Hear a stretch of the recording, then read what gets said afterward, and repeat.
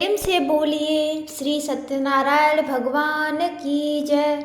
आज भादव पूर्णिमा के अवसर पर भगवान श्री सत्यनारायण की कथा पढ़ी तथा सुनी जाती है।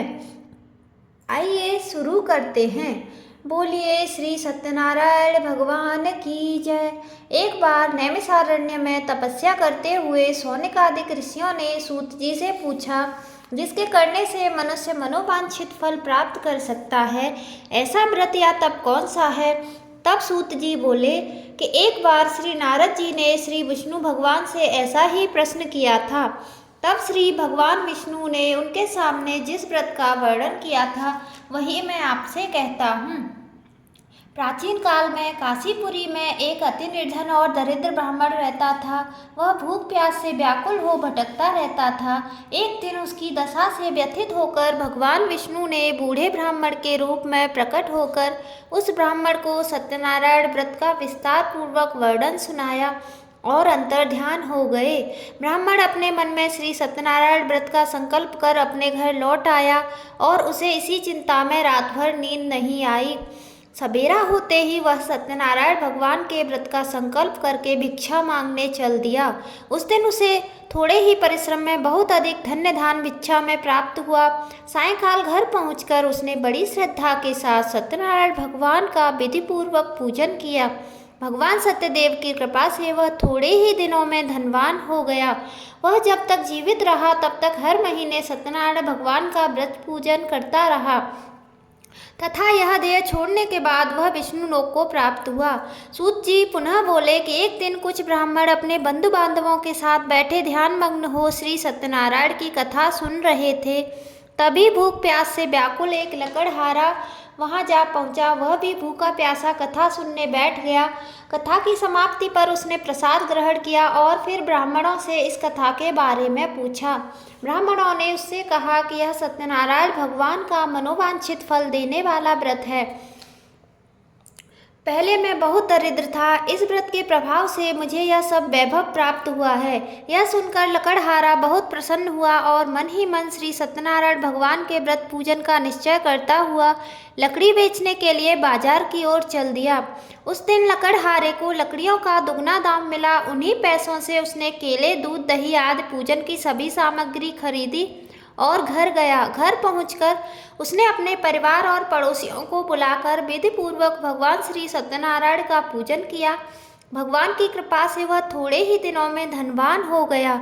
सूत जी ने फिर कहा कि प्राचीन काल में उल्कामुख नाम का एक राजा था। वह और उसकी पत्नी बड़े ही धर्मनिष्ठ थे। एक समय राजा रानी भद्रशिला नदी के किनारे श्री सत्यनारायण भगवान की पूजा कर रहे थे कि एक बनिया वहां आ पहुंचा। उसने रत्नों से भरी अपनी नौका को वहीं किनारे लगा दिया और स्वयं भी पूजा की जगह बैठ गया। वहां का चमत्कार देख उसने राजा से इसके बारे में पूछा। राजा ने बताया कि हम विष्णु भगवान का व्रत कर रहे हैं। यह व्रत सभी मनोकामनाओं को पूरा करने वाला है। राजा के वचन सुन और प्रसाद पाकर बनिया अपने घर चला गया। घर पहुंचकर उसने अपनी पत्नी को इस व्रत के बारे में बताया और संकल्प लिया कि मैं भी संतान होने पर यह व्रत करूंगा। उसकी पत्नी का नाम लीलावती था। सत्यदेव की कृपा से वह कुछ ही दिनों में गर्भवती हो गई और 10 महीने बाद उसने एक चंद्रमा के मुख समान कन्या को जन्म दिया। इसलिए उस कन्या का नाम कलावती रखा गया। चंद्रमा की कलाओं के समान नित्य प्रतिदिन वह कन्या बढ़ने लगी। तत्पश्चात लीलावती ने अपने पति को सत्य व्रत का बात याद दिलाई। उसने कहा, मैं यह व्रत कन्या के विवाह के समय करूंगा। यह कहकर बनिया अपने कारोबार में लग गया। जब वह कन्या विवाह योग्य हुई तो उसके दूतों द्वारा खोज करवाकर कंचनपुर नगर के एक बनिए के सुंदर, सुशील और गुणवान पुत्र के साथ विवाह कर दिया। फिर भी बनिया ने भगवान सत्यनारायण का व्रत नहीं किया। इससे भगवान अप्रसन्न हो गए। कुछ दिनों बाद बनिया अपने दामाद को लेकर समुद्र के किनारे रत्नपुर नगर में व्यापार करने लगा। एक दिन रत्नपुर नगर के राजा चंद्रकेतु के खजाने से चोरों ने बहुत सारा धन चुरा लिया। राजा के सैनिक चोरों का पीछा कर रहे थे। चोरों ने जब देखा सिपाहियों से बचना कठिन है तो उन्होंने राजकोष से चुराया हुआ धन एक जगह छुपा दिया और स्वयं भाग गए। उसी जगह बनिए का डेरा था। सिपाही चोरों को ढूंढते हुए उसी जगह पहुंच गए। और उन्होंने दोनों बनियों को चोर समझकर पकड़ लिया। राजा ने दोनों को जेल में डालने का आदेश देकर उनका सारा धन कोष में जमा कर दिया। श्री सत्यदेव के कोप से लीलावती और कलावती भी बड़े दुख से जीवन व्यतीत करने लगीं। एक दिन कलावती भूख प्यास से व्याकुल होकर एक मंदिर में चली गई। वहां पर श्री सत्यनारायण भगवान की कथा हो रही थी।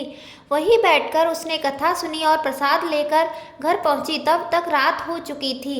माता के देरी का कारण पूछने पर उसने सत्यदेव की कथा की बात बताई और माता को प्रसाद दिया। उसकी बात सुनकर लीलावती को अपने पति की पूरी बात याद आ गई और उसने श्री सत्यदेव के व्रत का निश्चय किया और उसने अपने बंधु बांधवों को बुलाकर श्रद्धापूर्वक कथा सुनी और विनम्र भाव से भगवान से प्रार्थना की कि मेरे पति ने संकल्प करके जो आपका व्रत नहीं किया है उसी से आप अप्रसन्न हुए थे। अब कृपा करके उनका अपराध क्षमा करें। लीलावती की प्रार्थना से श्री सत्यदेव प्रसन्न हो गए। उसी रात उन्होंने राजा चंद्रदेव को स्वप्न में दर्शन देकर कहा कि प्रातःकाल होते ही दोनों बनियों को जेल से छोड़ दो और उनका सारा धन उन्हें लौटा दो, वरना पुत्र पौत्र सहित तुम्हारा सब राज्य नष्ट हो जाएगा। इतना कहकर सत्यदेव अंतर्ध्यान हो गए और राजा ने भी सवेरा होते ही दोनों बनियों को मुक्ति का आदेश दिया और साथ ही उनका धन उन्हें लौटा दिया और बहुत सम्मान पूर्वक उन्हें विदा किया। दोनों बनिए खुशी खुशी अपनी नौका लेकर चल पड़े। तभी श्री सत्यदेव भगवान सन्यासी के वेश में उनके समीप आए और बोले, तुम्हारी नौका में क्या है? बनिए ने हंसकर कहा, मेरी नौका में तो फूल पत्तियों के सिवा कुछ भी नहीं है। दंडी स्वामी ने कहा, तुम्हारा वचन सत्य हो, और थोड़ी दूरी पर समुद्र के किनारे जाकर बैठ गए। बनिए ने देखा कि नौका कुछ उठी हुई है। उसे बड़ा कौतूहल हुआ। उसने खोलकर देखा तो नौका में हर तरफ फूल पत्ते भरे हुए थे। वह वहीं बेहोश हो गया। तब दामाद ने कहा, इस प्रकार दुखी होने से काम नहीं चलेगा, हमें दंडी स्वामी के पास जाना चाहिए। यह उन्हीं के वचन से हुआ है। उनसे चलकर प्रार्थना करेंगे तो फिर से वैसा ही हो जाएगा। दामाद की बात सुनकर बनिया स्वामी के पास पहुंचा और उनके चरणों में गिर पड़ा और बार बार उनसे क्षमा मांगने लगा। उनकी विनती प्रार्थना से प्रसन्न होकर उन्हें इच्छित वरदान दिया और स्वामी अंतर्ध्यान हो गए। बनिए ने नौका के पास जाकर देखा तो वह पहले की तरह धन रत्नों से भरी हुई थी।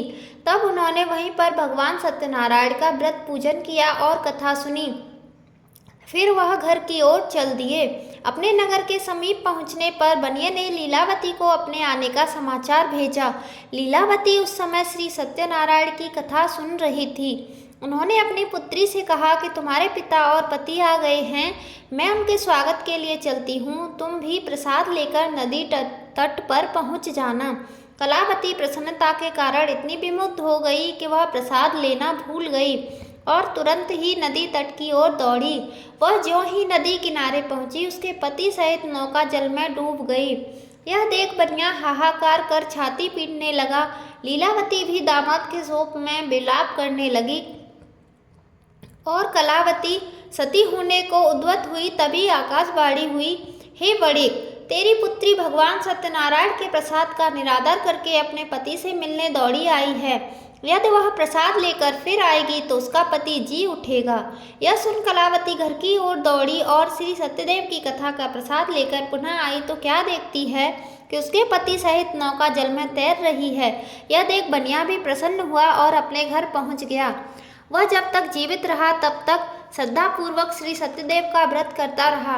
उसके बाद सूत जी महाराज बोले कि एक समय राजा तुंगध्वज शिकार खेलने के लिए वन में गया। वहां उसने देखा कि एक बरगद के वृक्ष के नीचे बहुत से गोप ग्वाल श्री सत्यनारायण भगवान की कथा सुन रहे हैं। राजा ने न तो सत्यनारायण भगवान को नमस्कार किया और न ही पूजन के पास गया। गोपगढ़ राजा को देखकर स्वयं प्रसाद लेकर उसके पास आए और प्रसाद राजा को दिया। राजा ने प्रसाद नहीं लिया और महल की ओर चला गया। राजद्वार पर पहुंचकर वह देखता है कि पुत्र पौत्र सहित उसका सब धन संपत्ति नष्ट हो गए हैं। उसे वन की घटना स्मरण हो आई और उसने विचार किया कि सत्यदेव के प्रसाद का निरादर करने के कारण मुझे यह दुख प्राप्त हुआ है। ऐसा सोचकर राजा पुनः वन में दौड़ा और सब गोप ग्वालों के साथ मिलकर श्रद्धा और भक्ति के साथ उसने भगवान श्री सत्यदेव का पूजन किया और प्रसाद ग्रहण किया। इसके बाद वह जब घर लौटा तो उसके पुत्र पौत्रादि सब जी उठे और नष्ट हुई धन संपत्ति भी ज्यों की त्यों हो गई। तब से राजा जीवन भर समय समय पर श्री सत्यनारायण भगवान का पूजन और व्रत करता रहा। जय श्री सत्यनारायण भगवान। इस प्रकार श्री सत्यनारायण भगवान की कथा पूर्ण हुई। कथा सुनने वालों का भी भला और सुनाने वालों का भी भला हो। यदि वीडियो आपको पसंद आया है तो कमेंट बॉक्स में जय श्री सत्यनारायण लिखना मत भूलिए। आप सभी का हार्दिक धन्यवाद। बोलिए श्री सत्यनारायण भगवान की जय। हरि बोल हरि बोल हरि हरि बोल, हरि बोल हरि बोल हरि हरि बोल।